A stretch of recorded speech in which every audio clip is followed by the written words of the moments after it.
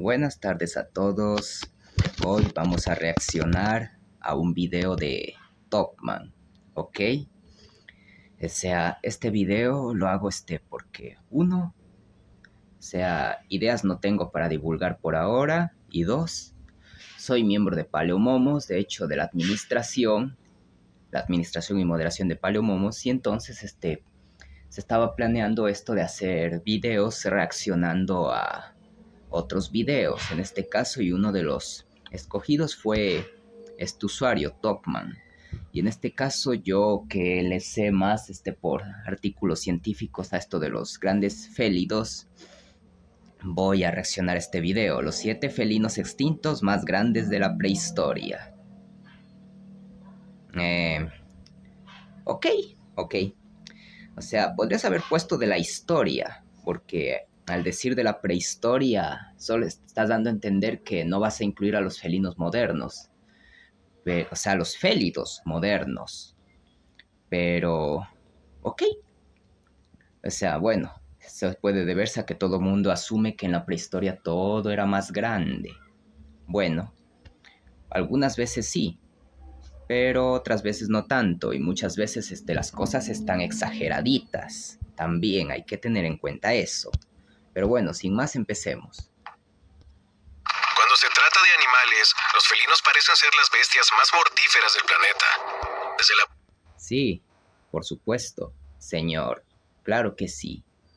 O sea, eso es algo que se asume ya. Están tan hiperespecializados en lo que necesitan hacer.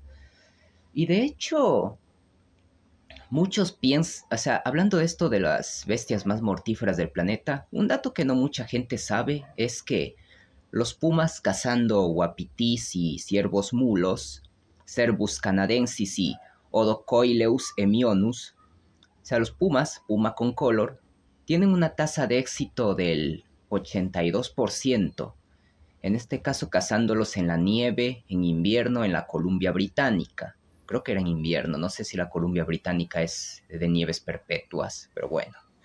82%. En comparación, el perro salvaje africano tiene una tasa de éxito del 85%, pero creo que eso es en grupos. Y creo que es cazando, ¿cómo serían? Terneros de especies de antílopes. Sí, como ñúes, gacelas y cosas así.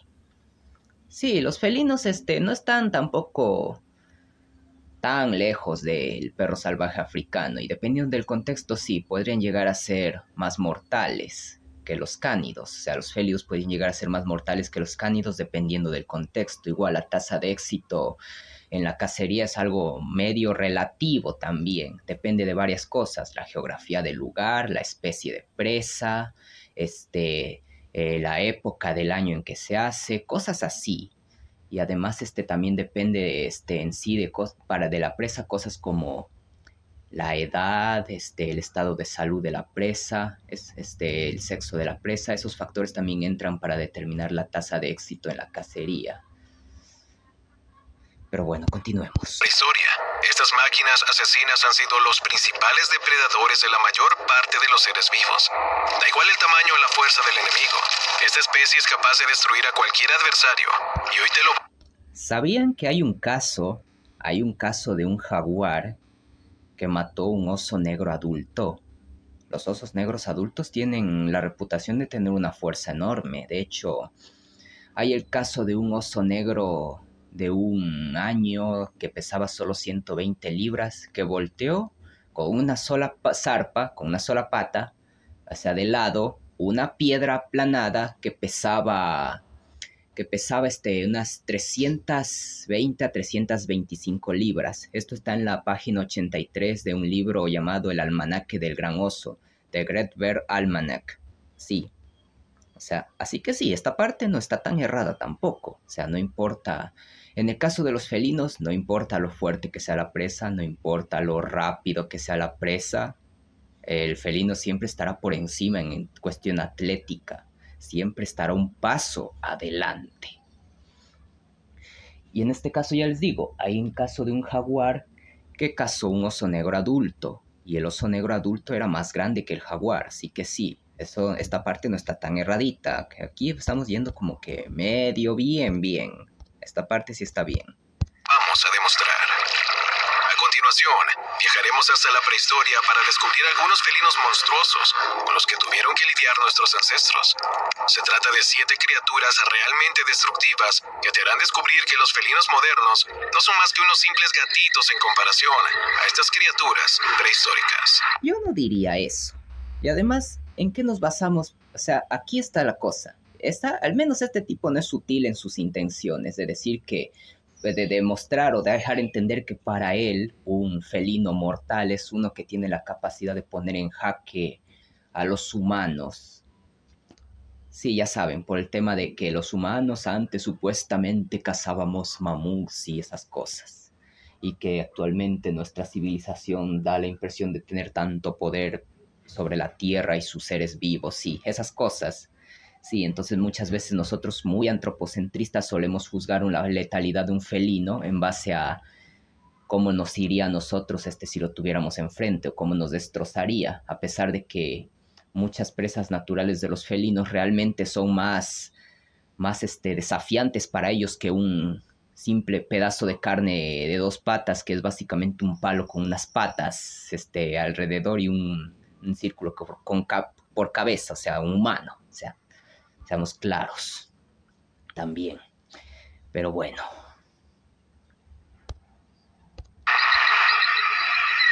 Y esto lo digo también, ¿saben por qué? Porque supongamos, para una gacela, un guepardo no es una criatura para reírse. Para ellas son depredadores 100% letales. Para los humanos los guepardos no son un gran problema. Pero para las gacelas sí son terroríficos. Aquí viene el tema de qué tan relativas son las cosas. Número 7. Guepardo grande. Seguramente conozcas a los guepardos. A ver. Los mortíferos animales de los...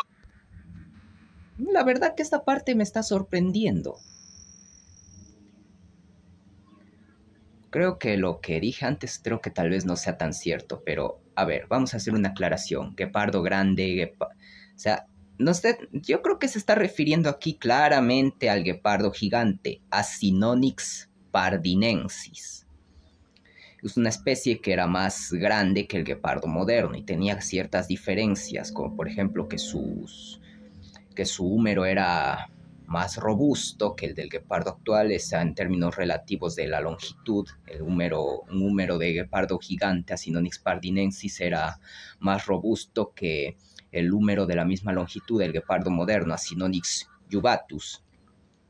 Entonces, tenían ciertas diferencias. El guepardo gigante era ligeramente más robusto, su cráneo era ligeramente más parecido a lo que sería el cráneo de un puma, o sea, de un felino más típico, era más fuerte, lo cual sugiere que el guepardo gigante tenía preferencia por presas que eran, relativamente tenía preferencia por presas que eran más fuertes que las presas del guepardo moderno. Documentales cuya fuerza y velocidad hace temblar a casi cualquier animal de la selva. Sin embargo... Sabana, los guepardos son depredadores de hábitat abierto y creo que de hecho incluso llegan a cazar en zonas semidesérticas o incluso en mesetas, o sea, mesetas en este caso en zonas montañosas de Persia. Bueno, no me presten atención en esa parte, que los guepardos, bueno, cazan en la sabana africana, ya está, terreno abierto. Cualquier terreno abierto cazan. Son los reyes del terreno abierto.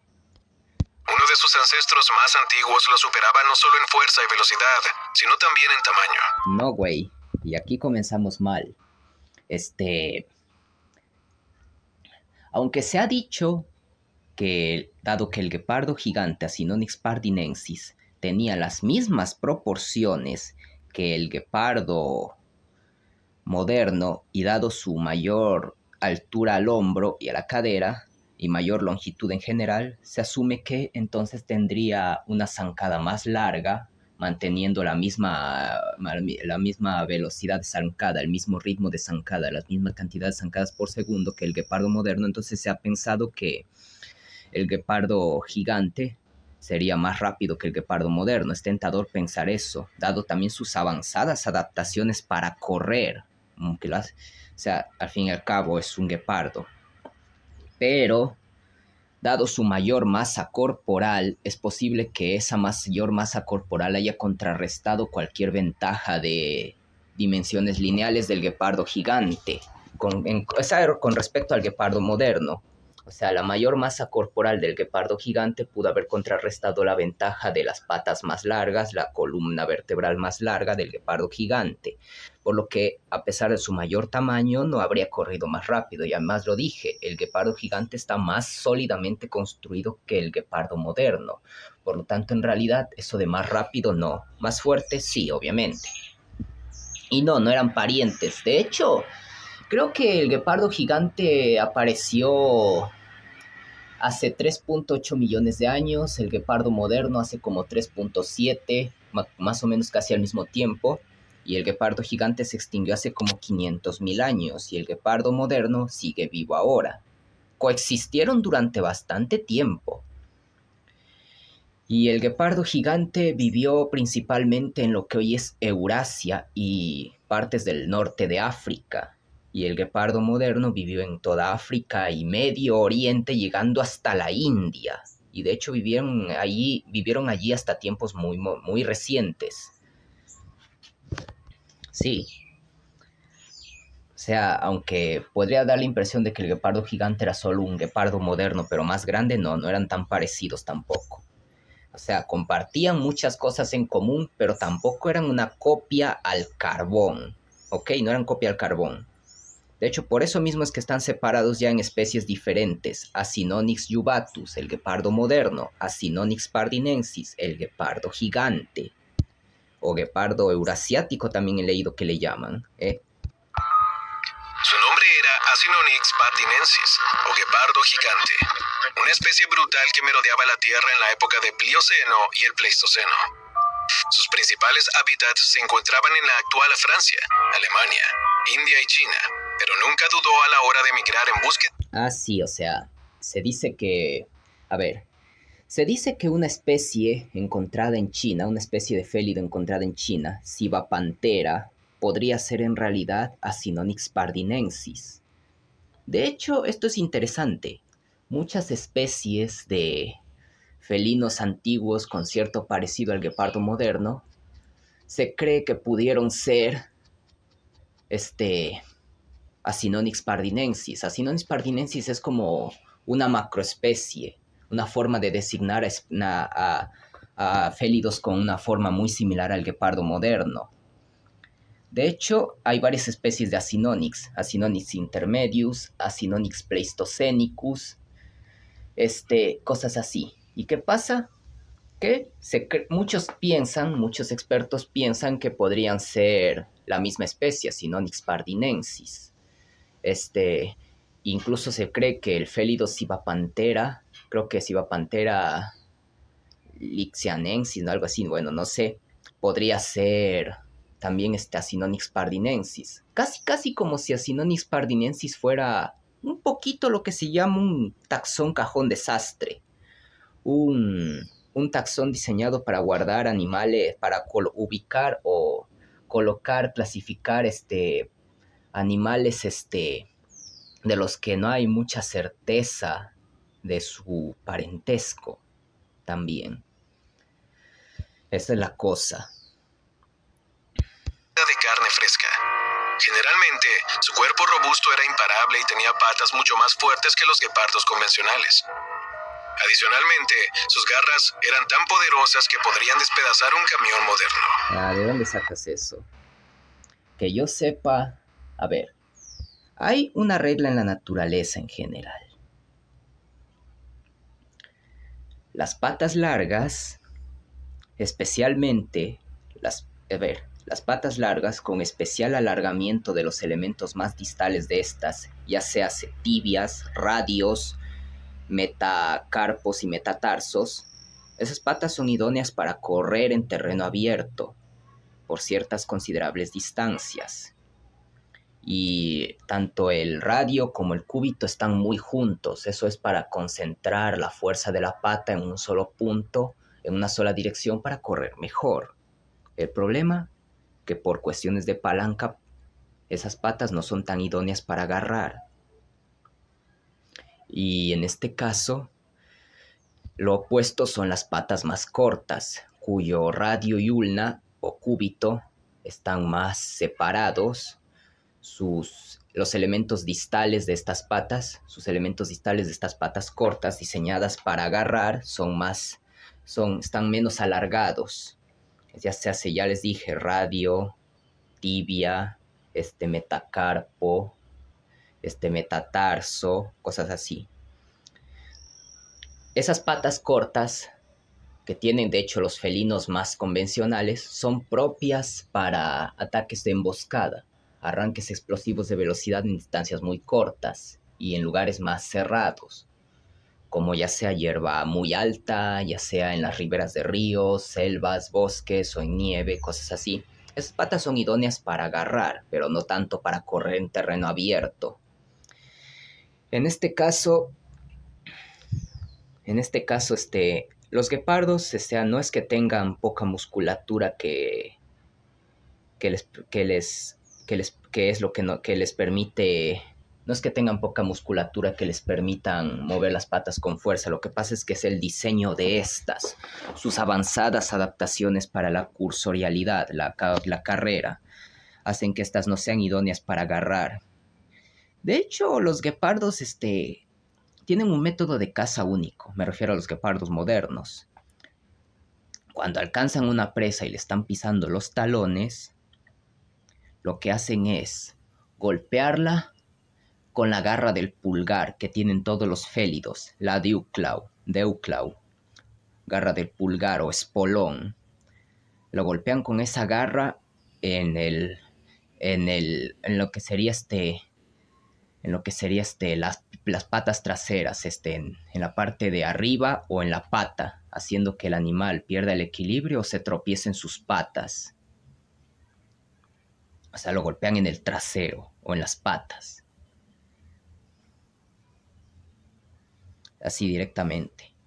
Y a pesar de que lo golpean con la garra del pulgar en el trasero o en la pata trasera y hacen que pierda el equilibrio, se tropiece en sus patas, o sea, cayendo violentamente al suelo mientras van a altas velocidades y aceleraciones, porque también los guepardos y sus presas maniobran mucho durante la carrera, giran mucho. Entonces eso provoca que, a pesar de que el guepardo golpea mientras corre a altas velocidades, mientras gira a altas velocidades, golpea con su garra de pulgar, lo máximo que le llega a dejar a la presa es un corte en la piel, nada más. Y eso que es un ataque que va con mucha energía cinética, debido a que ya les dije, el guepardo derriba a sus presas mientras corren, las hace caer mientras corren, lo cual hace que caigan violentamente al suelo. O sea, el guepardo es mortal, es efectivo, pero no de la forma que muchos se imaginan o les gusta imaginarse, no, para nada, no es así.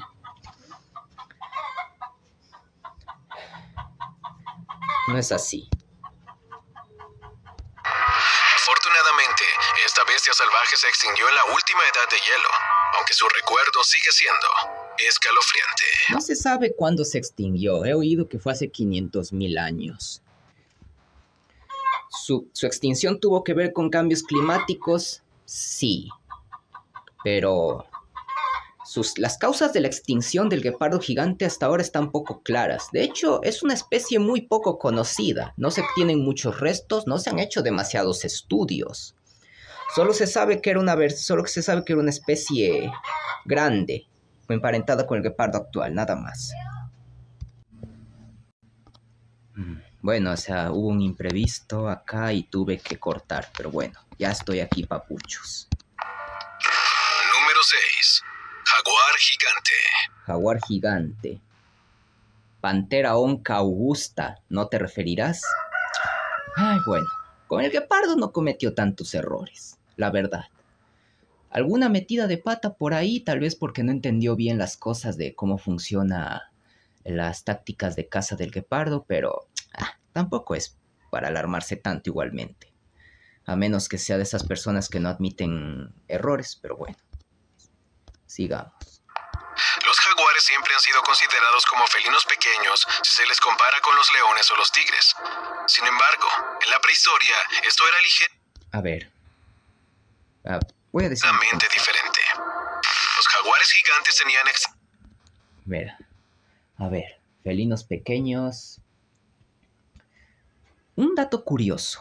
Parece que los jaguares, a lo largo de su historia evolutiva, han tendido a hacerse más pequeños y volverse más especialistas en lo de habitar bosques y selvas.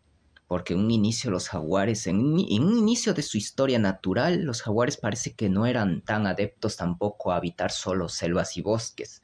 Habitaban otra clase de entornos y eran más grandes. Pero conforme fue pasando el tiempo se fueron haciendo más pequeños en comparación con antes y más especialistas en vivir en bosques y selvas. Y esto incluso se ve en la evolución de su morfología, sus metapodiales.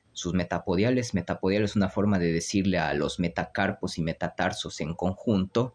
Sus metapodiales se fueron acortando más para volverse más adeptos a cazar por emboscada en zonas boscosas, en zonas selváticas, ¿ok?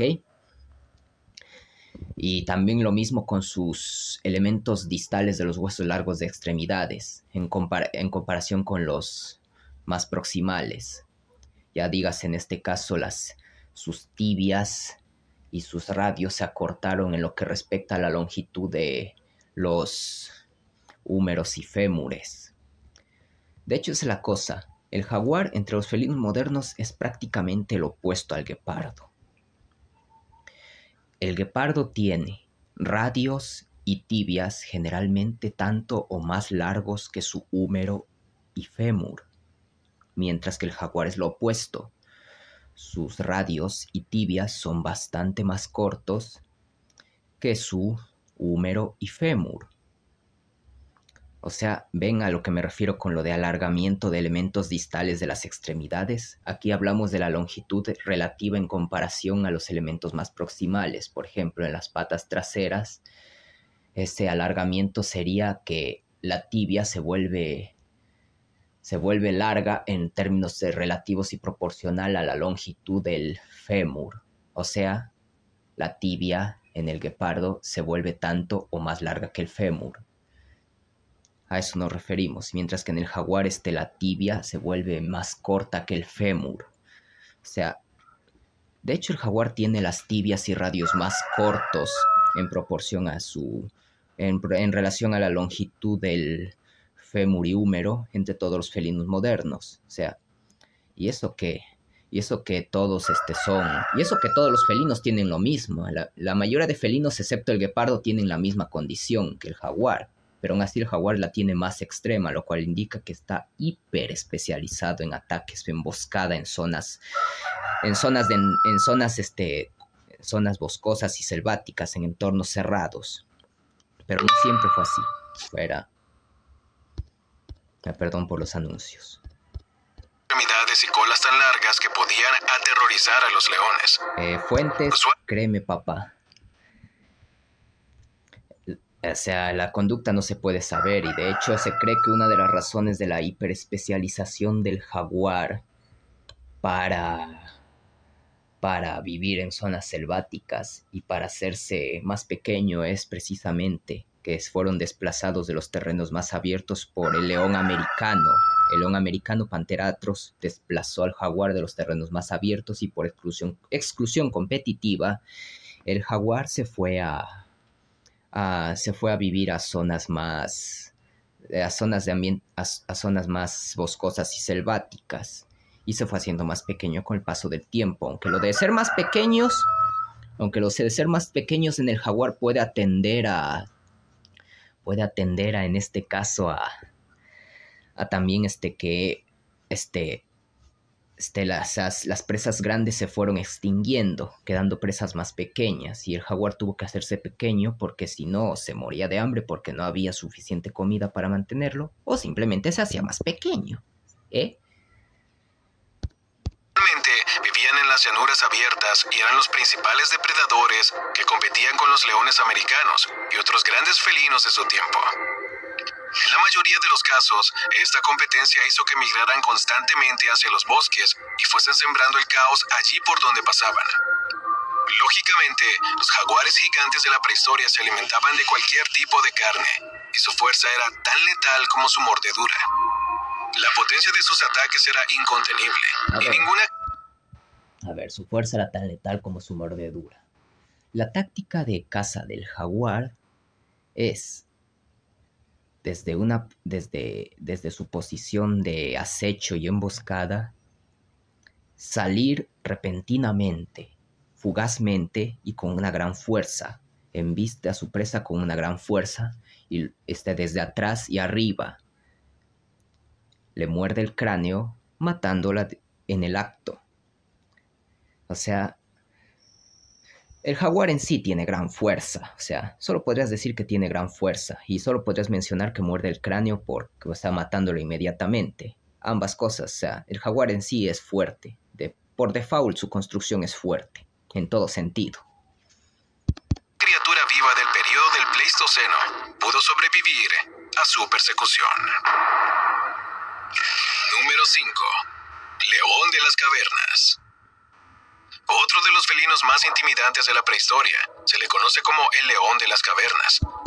De hecho, creo que el nombre más apropiado y que sí lo han dicho sí lo he leído, creo que incluso de papers o de otros sitios en inglés. Creo que el nombre más apropiado es león de estepa. Se le llama león de las cavernas, creo que es más porque se lo encuentra mucho se lo encuentra mucho en zonas de... se lo encuentra mucho en cuevas, digamos, directamente.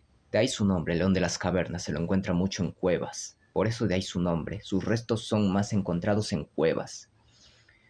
Pero de ahí el nombre más apropiado sería león de estepa, porque este león habitaba la gran estepa del mamut, que era una zona herbácea inmensa que abarcaba desde Francia hasta la actual Alaska. Sí.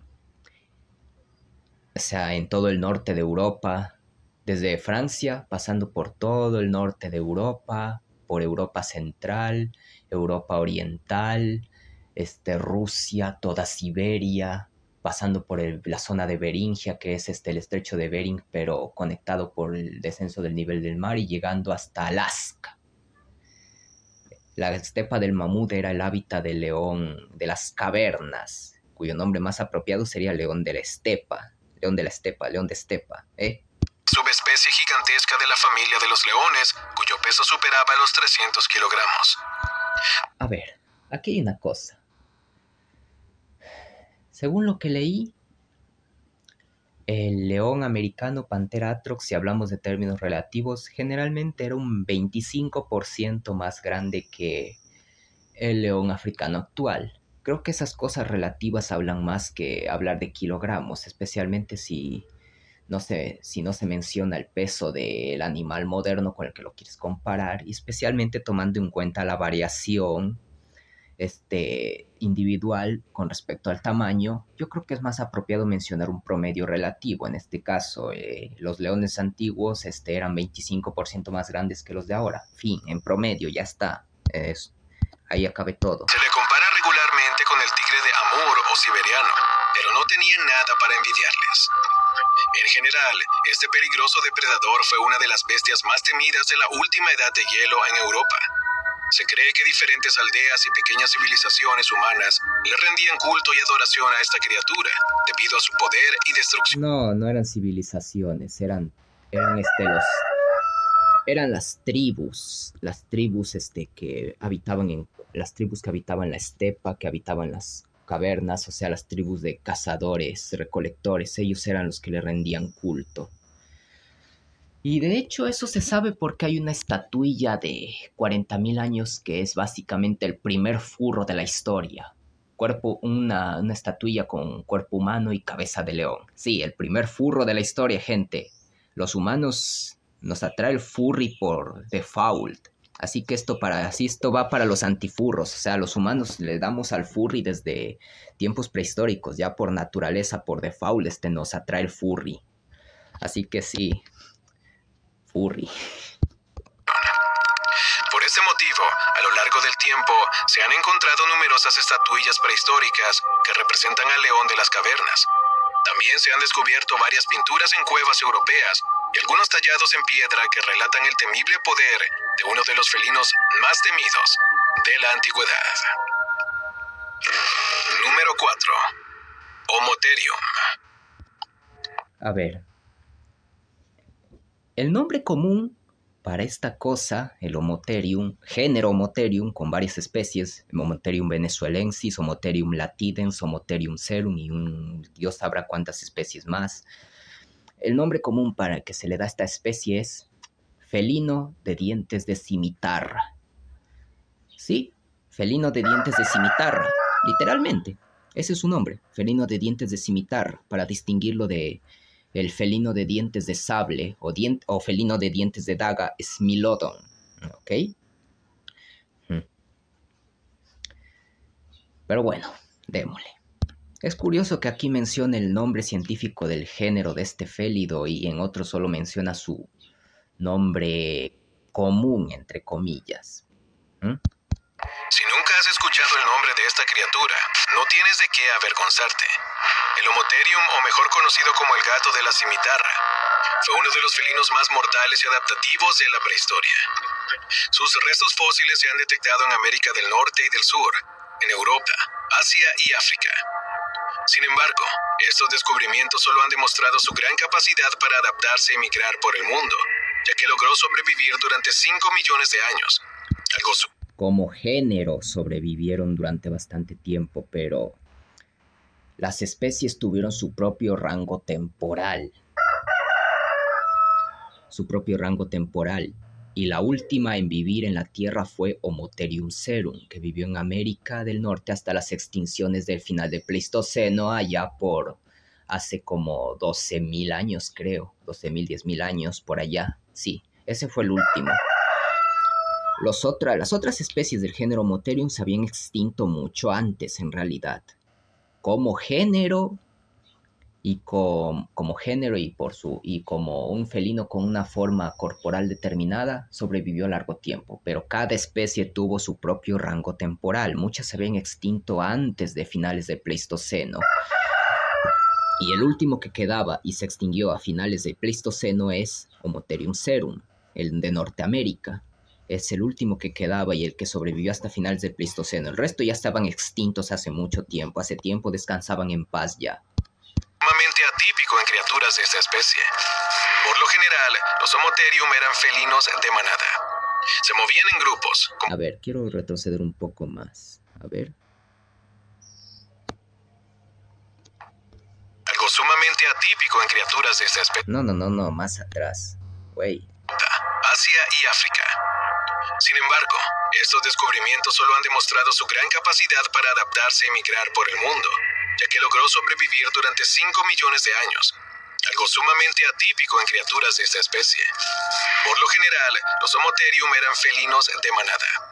Se movían en grupos, como los lobos, aunque pesaban más de 400 kilogramos y cazaban con suma efectividad, gracias a sus altas velocidades y su fuerza descomunal. Además, solo se abstenían de la lucha frente a criaturas semejantes a él, aunque no siempre cumplían con esta norma. Algunos especialistas comparan a este felino con las hienas, ya que llegaron a tener ciertos parecidos físicos, además de conductas similares. No obstante, las hienas... Mira, ¿cómo te...?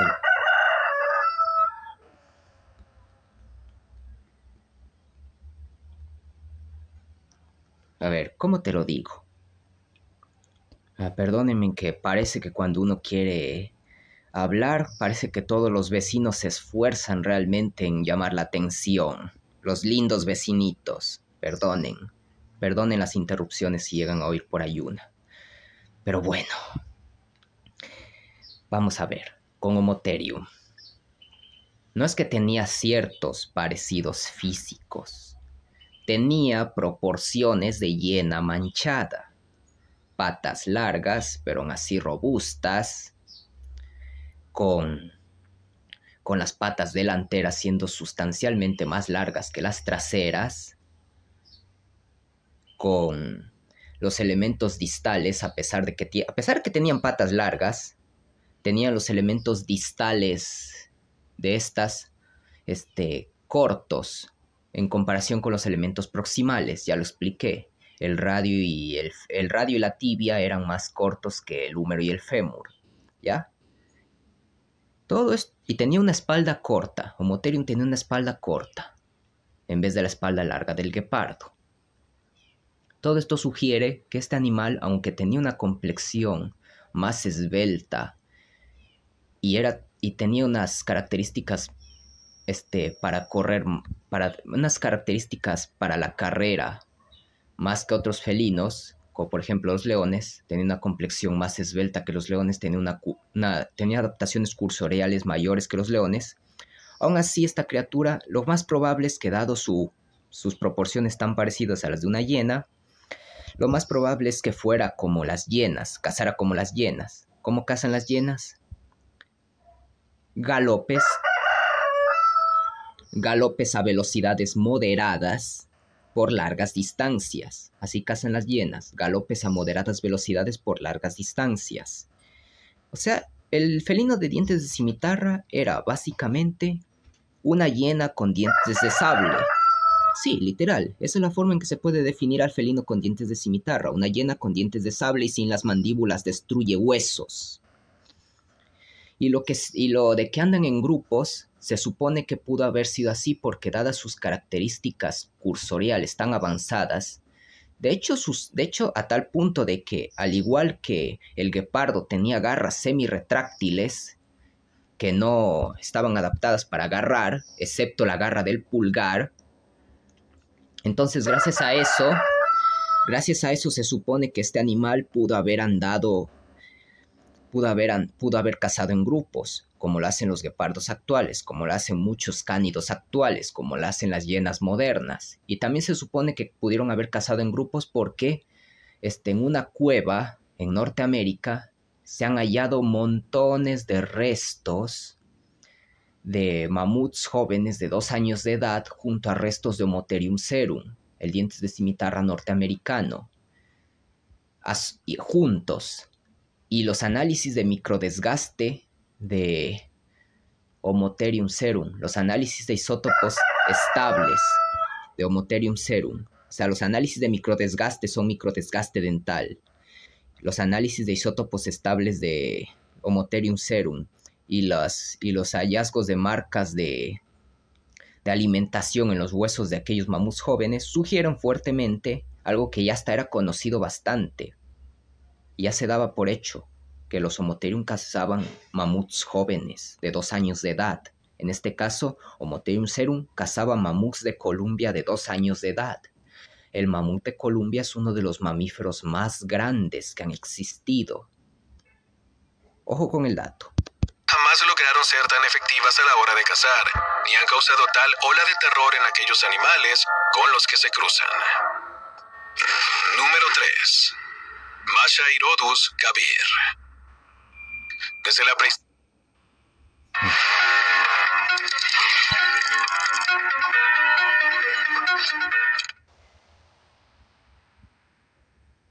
historia, África ha sido el corazón de toda la vida. En ese lugar... A ver, quiero ponerle un poco acá para que no se pierdan el ritmo del video. Con las hienas, ya que llegaron a tener ciertos parecidos físicos, además de conductas similares. No obstante, las hienas jamás lograron ser tan efectivas a la hora de cazar, ni han causado tal ola de terror en aquellos animales con los que se cruzan. Número 3. Mashairodus gavir. Desde la prehistoria, África ha sido el corazón de toda la vida. En ese lugar han crecido y muerto todo tipo de criaturas extraordinarias, y en el caso de los felinos, no es la excepción. Por estas planicies se han paseado todo tipo de grandes bestias salvajes, pero ninguna ha logrado rivalizar con el Machairodus, el felino gigante que podría considerarse el tigre de dientes de sable africano. Luego de encontrar numerosos restos fósiles en Chad, se ha desclasificado que esta criatura fue uno de los mayores felinos de todos los tiempos, alcanzando un peso de hasta 500 kilogramos y el tamaño de un caballo. Su apetito insaciable lo llevaba a alimentarse de numerosos animales, pero no iba por presas pequeñas, sino todo lo contrario. Atacaba elefantes, rinocerontes y grandes herbívoros que abundaban en aquel periodo. Afortunadamente, su existencia no coincidió con la aparición de los primeros humanos. A ver, yo de esta criatura que dice Machairodus cavir, que creo que ahora se llama Amphimachairodus cavir, yo esta criatura, lo único que sé es que era de tamaño comparable a Smilodon populator y fatalis, nada más. O sea, uno de los felinos más grandes que han existido. Ya está, es lo único que sé. De ahí yo, la verdad, sobre este no he leído mucho. Pero bueno, a ver, según lo que yo he oído, hay un Machairodus que tenía básicamente las proporciones más cercanas a los panterinos actuales, lo cual lo convertiría en un auténtico, ya dígase tigre o león de dientes de sable, dado las proporciones. Pero eso es lo único que sé. Discúlpenme en esta parte. De haber coincidido, seguramente la humanidad hubiese sufrido muchísimo para enfrentarse a una criatura imposible. No, esto es... no tan así. Los leones aparecieron al mismo tiempo que los primeros homínidos. Lo mismo los leopardos. Y los leones y leopardos, por lo que se sabe, pueden llegar a, o son, o sea, podrían haber, al menos, son y pueden llegar a ser, podrían llegar a ser comehombres. O sea, algunos leopardos y leones podrían llegar a desarrollar un gusto especial por la carne humana, los famosos comehombres. Y los leopardos son el depredador de homínidos y de grandes simios por excelencia. Así que no, o sea, los humanos sí convivimos con felinos peligrosos y que aún existen, los leopardos, los leones. Es así, o sea,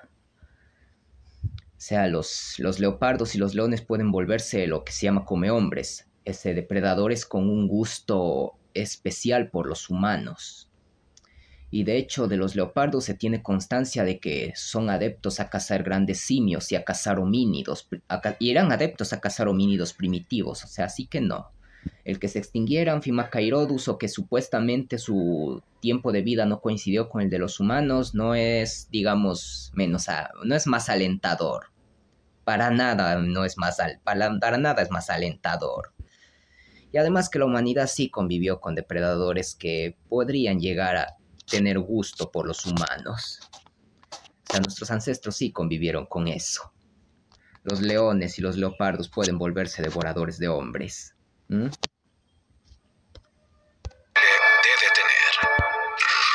Número 2. León americano. Es momento de hablar de uno de los mayores felinos de todos los tiempos, el Panthera atrox, mejor conocido como el león americano. Fue una criatura incomparable que reinó toda América en el periodo del Pleistoceno. La ciencia lo considera como uno de los principales parientes de los leones modernos, a pesar de que sus diferencias son colosales.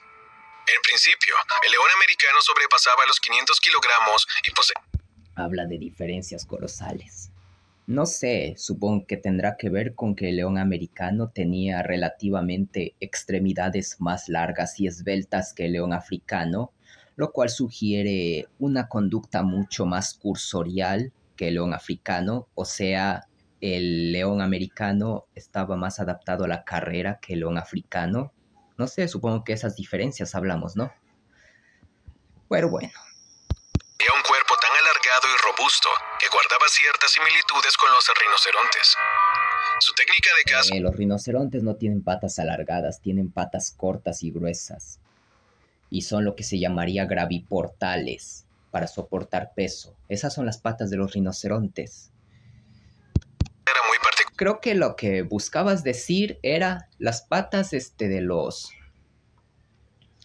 de los leones americanos guardaban cierta similitud con la de los guepardos y eran para adaptaciones cursoriales. No sé, supongo que eso querías decir, ¿no? Pero bueno. Ya que cazaban de forma solitaria a todo tipo de criaturas, incluyendo otros felinos que compartieron territorios durante aquella época. ¿Cómo se lo digo? El que se parezcan mucho morfológicamente y fisiológicamente a un león no significa que se vayan a comportar igual. Es más, es poco probable que el león americano hubiera tenido el dimorfismo sexual que tienen los leones africanos, de que el león macho tiene una melena grande y espesa, tiene que colmillos más largos para pelear entre ellos y yo qué sé, mierdas esas. No. No significa que se comportaran igual. Y es probable que el león americano ni siquiera tuviera melena en el caso de los machos. No.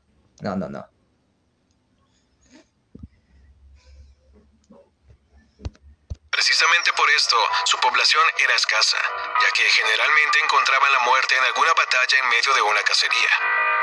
Esto causó su extinción, aunque no impidió que fuera. Lo que causó su extinción fue el cambio climático catastrófico que ocurrió en América del Norte a finales del Pleistoceno. Y otra cosa, a ver qué... Ah, sí, a ver. De hecho,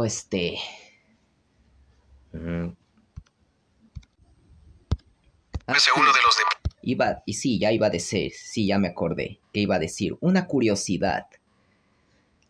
Parece que el león americano, los análisis de microdesgaste, o sea, el león americano, parece que en el caso del león americano, los análisis de microdesgaste dental indican que era como el guepardo actual y el Homotherium serum, un princeso a la hora de comer, ya que solo se comía la carne de un animal, al hueso ni lo tocaba, o procuraba ni tocarlo, no se comía huesos. Pero aún así el análisis de microdesgaste de Panthera atrox sugiere que estos animales cazaban criaturas más grandes que ellos mismos, ya que el análisis de microdesgaste de Panthera atrox sugiere que eran bien princesos para comer, pero que aún así a sus dientes les daban una altísima exigencia, ya que tenían bastante estrés. Esto puede estar relacionado con que cazaban animales más grandes que ellos mismos, pero solo se comían la carnecita, no se comían nada de hueso, al hueso ni lo topaban. Sí, eso es una curiosidad. Predadores más violentos y letales de este periodo. Número 1. Smilodon. Cuando se trata de felinos gigantes y poderosos, es imposible no mencionar al tigre de dientes de sable. Conocido por el nombre de Smilodon, este gran depredador prehistórico no tiene comparación. ¿Cuál de las tres especies? ¿Smilodon gracilis, Smilodon fatalis o Smilodon populator, que tuvieron su propio periodo de tiempo de vida y sus propios hábitos y tenían un tamaño diferente? Smilodon gracilis creo que era más del tamaño de un jaguar. Smilodon fatalis era tanto o más grande que los felinos modernos más grandes, y Smilodon populator es considerado el felino más grande que ha existido, literalmente. O sea, ¿cuál especie? En el pasado fue una de las criaturas más destructivas sobre la faz de la Tierra y podía aniquilar a cualquier animal que osara a ponerse en su radar. El hábitat de estas bestias se encontraba a lo largo y ancho de la actual América y llegaba a pesar los 520 kilogramos. Por supuesto, no era tan ágil y rápido como los leones que conocemos, pero al menos el doble de poderoso. De hecho, sus extremidades eran tan largas y fuertes que su potencia a la hora de atacar a sus presas sería algo digno de envidia de los leones modernos. Su pesado... Patas más largas... ¿Cómo te lo digo, amigo? Ya te lo dije y te lo repetí. Patas más largas no es igual a más potente, o sea, no es igual a mayor fuerza por una cuestión de palanca. De hecho, de entre todos los felinos existidos, Smilodon, el género Smilodon tiene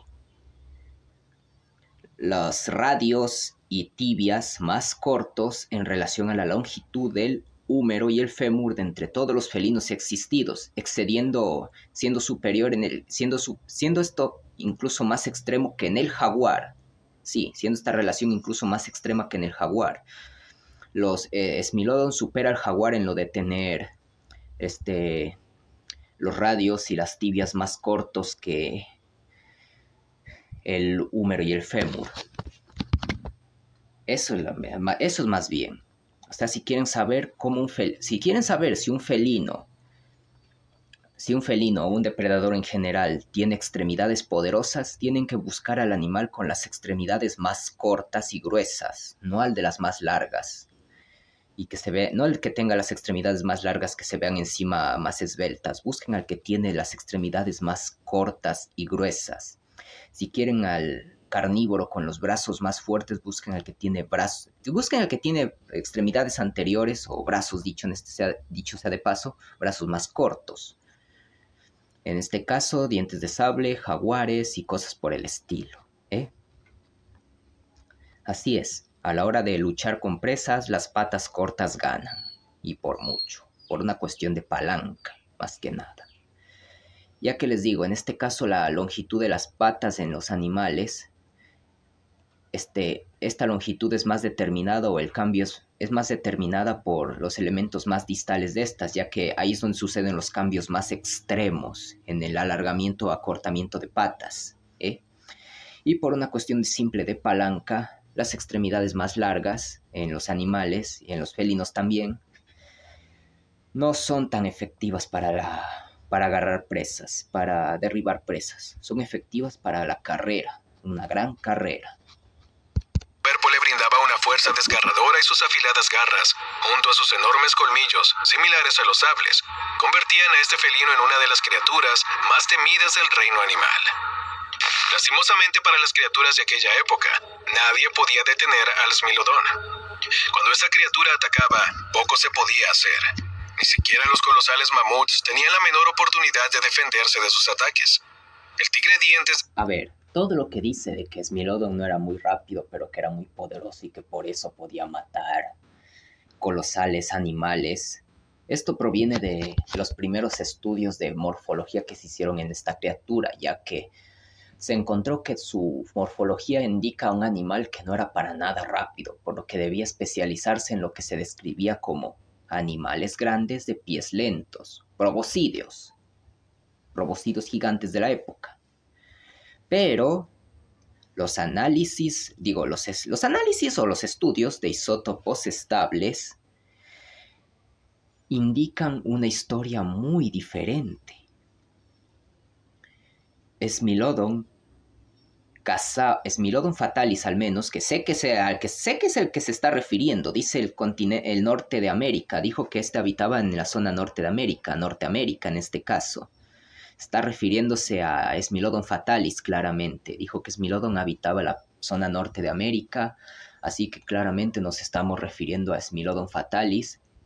Dijo que era lo que se interpretaba originalmente para Smilodon, o sea, un animal muy fuerte que cazaba animales lentos, animales grandes y lentos.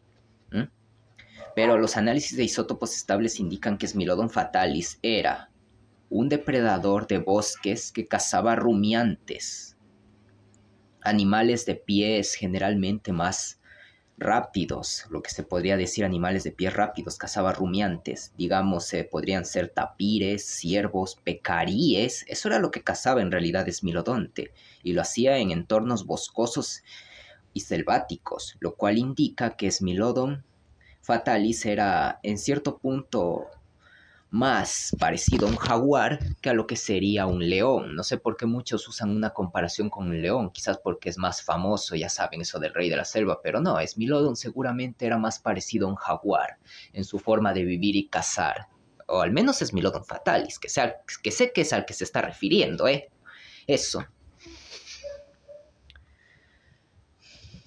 Smilodon fatalis en realidad era un depredador de bosques que cazaba cosas como tapires, ciervos y pecaríes. No era lo que se pensaba en un inicio, ese depredador lento pero poderoso que cazaba proboscideos gigantes. No, esa imagen ya actualmente no es válida. Gracias a los estudios de isótopos estables, en parte uno ya no tiene que andar adivinando la dieta de un animal en base a su morfología. Y la morfología, dicho sea de paso, puede ser un poquitín engañosa a veces. Porque los animales no son robots diseñados para un objetivo en particular. Son más plásticos. Por lo tanto, uno cuando ve el rendimiento de un animal no tiene que hacerse la idea de que está viendo, o sea, que es lo mejor que puede dar. O sea, uno tiene que hacerse la idea de que no está dando todo de sí. Los animales salvajes muchas veces, dependiendo de las circunstancias, no dan todo de sí. Eso es en general. El sable trituraba carne, extremidades y huesos en cuestión de minutos. No es casual que ese animal ostente el mérito de haber extinguido a una especie entera, como es el caso de los marsupiales. El reinado de terror del Smilodón se perpetuó durante siglos e incluso aterrorizó. Sí, aquí se está refiriendo al caso de Smilodon fatalis y Thylacolmilus atrox.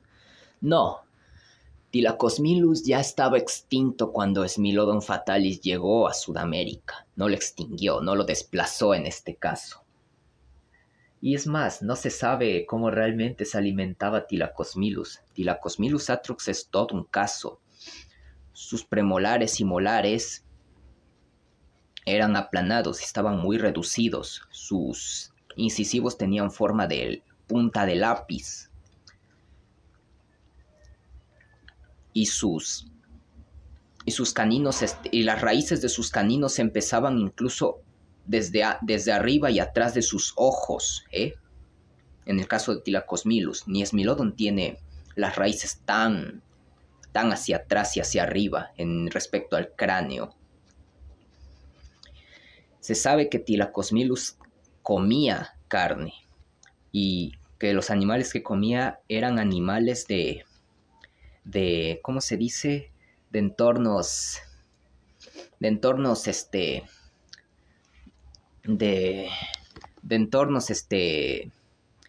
¿cómo sería llamado esto?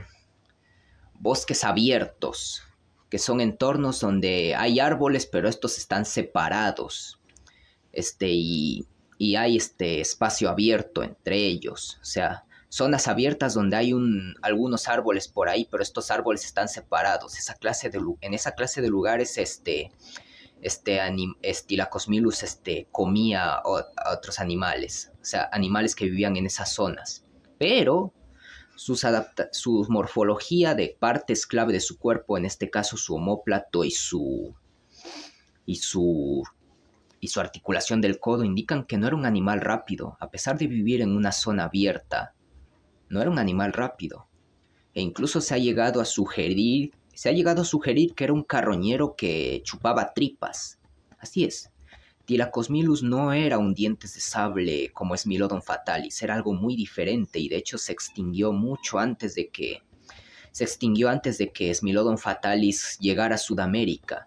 Así que la extinción de Thylacolmilus atrox, no, nada que ver con que fue desplazado por un depredador superior. No se parecían en nada, literalmente.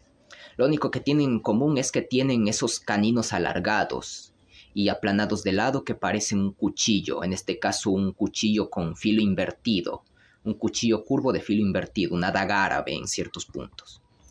No eran... Es lo único que tienen en común Thylacolmilus atrox y Smilodon fatalis, que tenían esos colmillos tan característicos, pero de ahí tan parecidos no eran. Smilodon fatalis tiene premolares y molares en forma de cuchilla, como cualquier felino, en forma de cuchilla rematados con varias puntas sobresaliendo, como cualquier felino. O sea, los premolares y molares tenían todos una forma de cuchilla y se sobreponían como una tijera, básicamente. tenían, tenían forma de hoja y se sobreponían como tijera. Así eran los premolares y molares del dientes de sable. Los del Thylacosmilus atrox, el dientes de sable marsupial, no eran así ni por asomo. Y eso indica que no eran iguales, no eran copia al carbón. No era Thylacosmilus atrox, no era la versión sudamericana de Smilodon fatalis, para nada. Los primeros humanos que poblaron la Tierra. Sin embargo, se extinguió hace 10.000 años. Zona Cero. Aunque el Smilodon es el rey indiscutible de los felinos prehistóricos, recientemente se ha descubierto algo que parece estar a punto de destruir su histórica hegemonía. Y es que en el año 2019, una serie de investigadores descubrieron los restos fósiles de un felino jamás antes visto, y cuyo tamaño superaba al de un tigre, un león e incluso un oso polar. Su cráneo se comparaba al de un rinoceronte, aunque su cuerpo mostraba todos los rasgos de los felinos. Su nombre es el Simbacubua cutocáfrica. Esa cosa no... Mira, ve, se le llama Simbacubua cutocáfrica, rey león de África, porque ocupaba el lugar que ocupa el león moderno actualmente, depredador ápice, pero esa cosa ni siquiera era un felino, ni siquiera un miembro del orden carnívora ni de Feliformia. Era un creodonto, un grupo de depredadores mamiferianos que fueron anteriores a los félidos, anteriores al orden carnívora. Sí, aparecieron antes. Y no, esa cosa no era ni siquiera era algo emparentado a los mamíferos carnívoros de ahora, era algo totalmente diferente, era una criatura diferente. No, esa cosa no era un felino ni por asomo. ¿Ustedes le ven forma de felino? Yo no. Una criatura hallada por los paleontólogos de la Universidad de Ohio durante algunas excavaciones. No, esa criatura, Simbacubua, si bien había sido desenterrada en África, durante mucho tiempo permaneció guardada en un museo sin estudiar. Y de hecho, cuando decidieron examinar restos desenterrados y guardados en museos, fue que recién, por decirlo así, lo descubrieron, entre comillas, porque vieron que tenía características que no eran vistas en otros fósiles, que claramente indicaban una nueva especie. Había sido desenterrado antes, pero fue guardado sin estudiar, y cuando decidieron estudiar esos restos, fue que se dieron cuenta recién que habían descubierto una nueva especie. Sí, es un caso irónico. Y no es algo raro. De hecho, muchos descubrimientos fósiles se hacen con restos que ya están excavados y guardados. Muchas veces el trabajo de los paleontólogos se centra en salvar a los fósiles para luego estudiarlos después. Y muchos fósiles son descubiertos no por los paleontólogos, sino por gente común, trabajadores del campo, trabajadores de construcciones, que incluso tal vez creen que los animales prehistóricos son mera fantasía, o que se los inventan los científicos malvados, hasta que ellos terminan descubriendo algo. Es así, muchas veces es la gente más común y corriente la que descubre los fósiles. Y por eso es importante inculcar la paleontología real en la gente, para que entiendan la importancia de llamar a los expertos en caso de que descubran algo interesante. Este enorme felino habría dominado las llanuras de la actual África y se caracterizó por ser un cazador solitario. Como parte de los mamíferos... Dato curioso también aquí como consejito.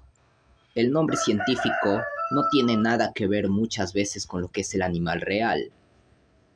Digámoslo así, muchas veces los expertos no se preocupan tanto por el nombre de un animal, ni por lo evocador que se vea, es solo una forma de llamarlo, ya está, fin. O sea, el nombre científico es un nombre como decirlo, no oficial, iba a decir oficial, pero no es oficial, es un nombre estándar para la comunidad científica de todo el mundo para saber de qué especie se está hablando, para identificar una especie en concreto, ya sea aquí, ya sea en China, ya sea en Kenia, ya sea en la India, ya sea en Australia, ya sea en Brasil o en Argentina. Ese es el nombre científico, no tiene nada que ver con el animal muchas veces, es solo algo para identificarlo donde sea. y no prestarse a malentendidos. Terrestres carnívoros, mantuvo una dieta sangrienta que extinguió a numerosas especies y, además, le permitió alcanzar un peso de hasta 1.300 kilogramos. Algunos de los restos fósiles han logrado detallar que su cuerpo era idéntico al de un león adulto, pero mucho más robusto y con dientes tan gruesos y afilados que podrían haber triturado la pared de un edificio. Hasta la fecha, se desconoce gran parte de la historia de esta criatura. O sea, lo que dice aquí de que sus dientes podrían haber destrozado la pared de un edificio, no sé de dónde lo saca. O sea, miren, una cosa es romper huesos, que es algo que muchos animales pueden hacer. Y otra cosa es romper la pared de un edificio. Hay animales que no me cabe duda de que si mordieran una pared podrían dejarle unos lindos agujeros de los colmillos o unos lindos agujeros de los premolares y molares o los carnaciales. Pero no destruir la pared de un edificio. Y de hecho ningún carnívoro utilizará sus herramientas de supervivencia para dañar paredes a menos que sea estrictamente necesario.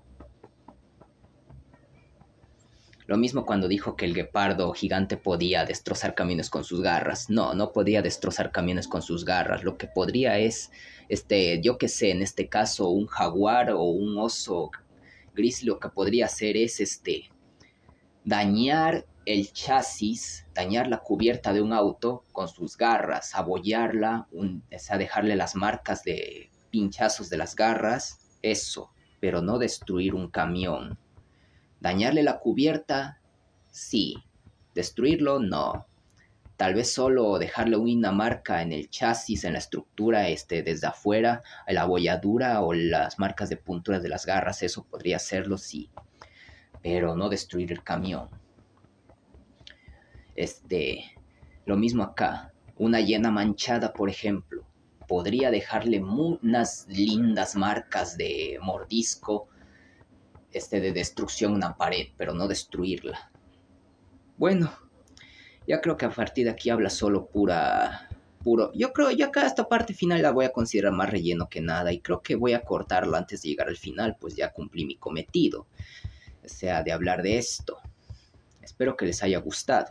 Conoce gran parte de la historia de esta criatura, aunque los descubrimientos recientes ya son suficientes como para posicionarla como uno de los felinos más temibles de la historia. Ah, y por cierto, no extinguió especies enteras. Es otra de esas especies de las que no se sabe mucho realmente, pues no hay muchos restos. Hay especies de las que se sabe mucho, pero ¿sabes por qué es? Porque se tienen muchos restos y muy bien conservados. Tan bien conservados que conservan moléculas de colágeno y se pueden hacer por lo tanto estudios de isótopos estables de carbono y nitrógeno para saber qué comía, sus relaciones depredador-presa o sus ambientes. Y las criaturas de las que se conoce mucho de sus hábitos, en este caso los depredadores de los que se conocen muchos de sus hábitos, es porque se tienen suficientes restos como para estudiar su morfología en general. En este caso las partes claves, la articulación del codo y el omóplato, que permiten saber si era corredor o cazador de emboscadas, si perseguía a sus presas o si corría tras ellas o si las atacaba de forma fugaz y repentina desde un lugar escondidito. Y también ya te digo, también son animales, también los depredadores de los que se conoce mucho es porque son depredadores de los que se tiene suficientes restos bien preservados como para que preserven el colágeno y se puedan hacer estudios de isótopos estables, ya lo dije, carbono y nitrógeno, que permiten saber incluso las relaciones depredador-presa de un animal que comía y dónde vivía, ya que las presas que comen, las presas herbívoras que comen los depredadores tienen una marca isotópica muy particular dependiendo de si son herbívoros que pastan en zonas abiertas o herbívoros que ramonean en bosques, comen hojas de los árboles. Y entonces, gracias a ello se puede saber si los depredadores efectivamente cazan en bosques o en lugares abiertos. ¿Oh? ¿Entiendes? Sí. Eso se puede saber ya actualmente. Y de Simbacubua no se sabe mucho tampoco, al igual que el guepardo gigante, porque sencillamente no hay muchos restos, son muy escasos. Y en el caso del jaguar, olvidé decirlo antes, un estudio de relaciones de parentesco entre felinos, un estudio en general para todos los felinos, demostró que el jaguar es lo que se llama una especie monotípica. No hay subespecies, así que posiblemente Panthera onca augusta sea solo jaguar. Un jaguar solo sea el jaguar en sus etapas de evolución más antiguas. Un jaguar que vivía de forma algo diferente y que con el paso de las generaciones cambió a otra forma. En este caso más adaptada a otro estilo de vida. Ya lo dije, pasaron de ser depredadores de zonas tanto abiertas como cerradas, o sea, tanto de zonas abiertas como son pastizales como de zonas boscosas y selváticas. El jaguar pasó a ser un depredador más especializado en vivir en bosques y selvas. O sea, eso. Y una criatura con la que ningún ser vivo desearía haberse topado. Por supuesto, estos felinos se consagraron durante siglos como los reyes de la tierra, los auténticos titanes que gobernaron los bosques, las montañas y las llanuras. Sin embargo, no fueron las únicas criaturas que disputaron este título, ni tampoco los únicos que gobernaron el mundo. Si te gustaría conocer a otras criaturas terroríficas... Bueno, con esto nos retiramos. Adiós.